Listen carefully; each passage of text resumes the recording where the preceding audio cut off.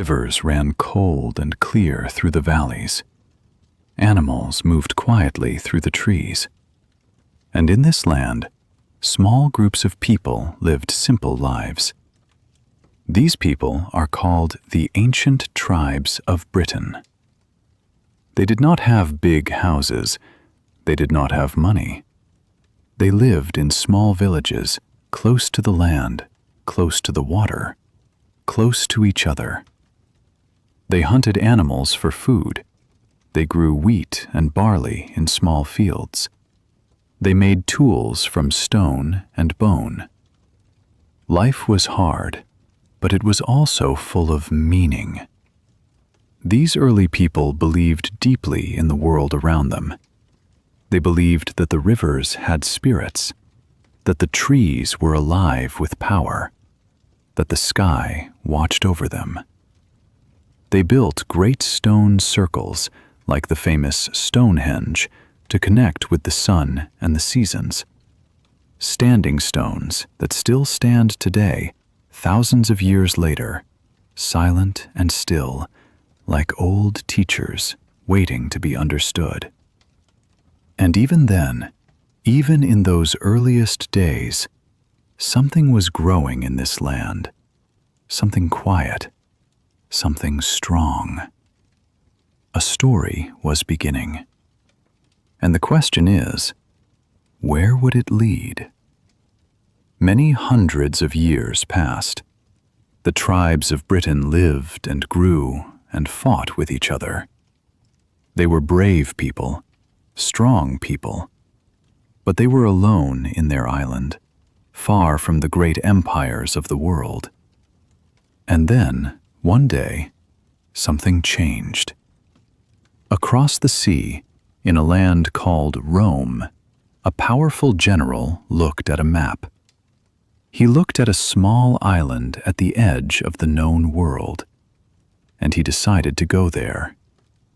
That general was Julius Caesar. And in the year 55 BC, Roman soldiers landed on the shores of Britain for the first time. The tribes of Britain were not ready. They fought hard. Some of them were very brave. But the Romans were well organized. They had better weapons, better plans, better discipline. Caesar came. He looked. He fought. But he also left. He went back to Rome. Britain was not yet ready to become Roman. But the Romans did not forget. Nearly 100 years later, in the year 43 AD, the Roman army came back. This time, they came to stay. And slowly, over many years, they changed everything. They built long, straight roads across the land. They built towns and bridges. They brought new languages, new laws, new ways of thinking. The wild island of ancient tribes began to change. It began to grow.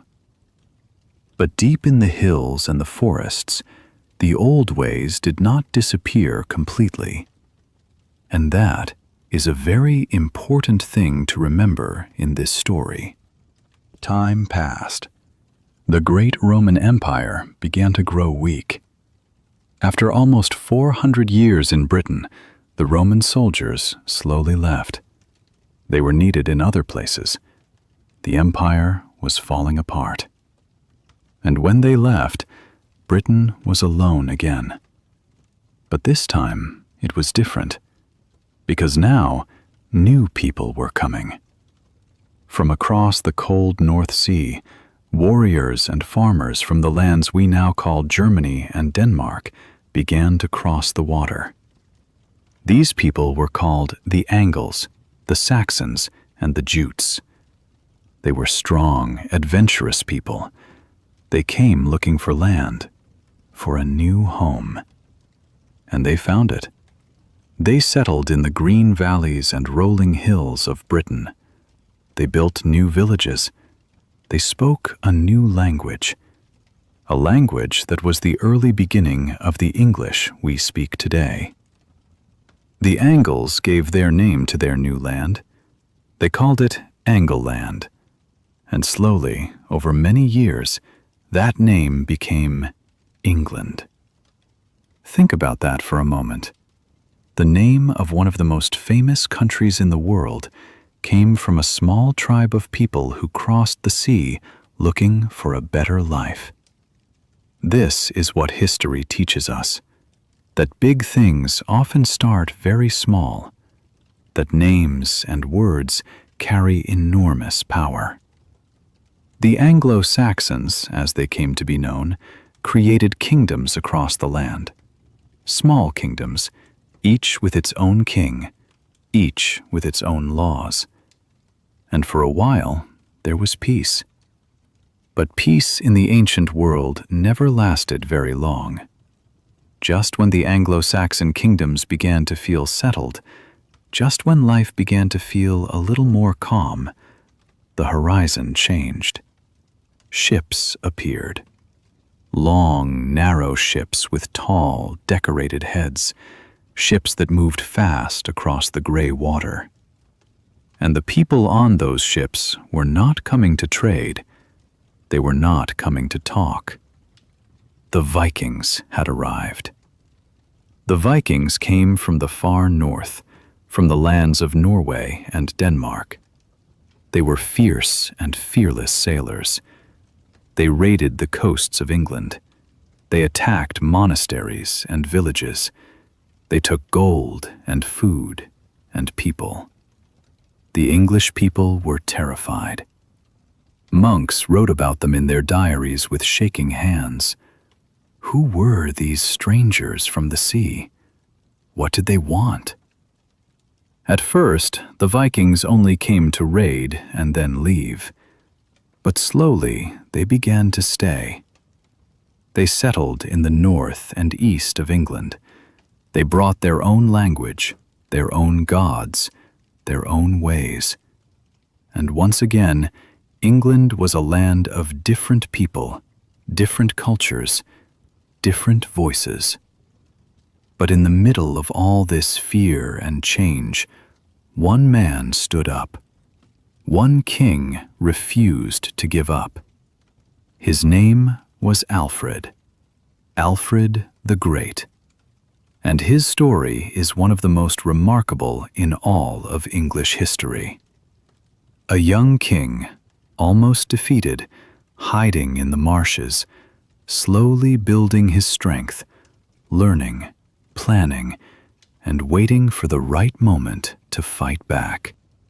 Alfred was the King of Wessex, a kingdom in the south of England. When the Vikings came with great force, many English kings fell. Many kingdoms were lost. Alfred himself had to run. He hid in the swamps and forests of Somerset with only a few loyal men around him. It was a dark time, a time of doubt and fear. But Alfred did not stop thinking. He did not stop planning. He studied the enemy. He understood that to fight the Vikings, he needed more than courage. He needed organization. He built a new kind of army. He built a network of fortified towns across his kingdom, called burhs, so that people had safe places to go. He trained his soldiers carefully. And when the moment came, he fought back. He defeated the Viking leader Guthrum in a famous battle. And after the victory, Alfred did something extraordinary. He did not kill Guthrum. Instead, he offered him peace. He asked him to become Christian. He brought him into the story of England. This was wisdom, real wisdom. Alfred also believed deeply in education. He translated books from Latin into English so that more people could learn to read. He started a great record of English history called the Anglo-Saxon Chronicle. He believed that a strong country needed not only brave soldiers, but educated, thinking people. Alfred the Great did not unite all of England by himself, but he planted the seed. He showed what was possible. And the kings who came after him continued his journey, until finally England became one kingdom, one land, one story. Many years after Alfred, England continued to grow. Kings came and went. Some were wise, some were cruel, some were brave, some were weak. And then, in the year 1066, everything changed again.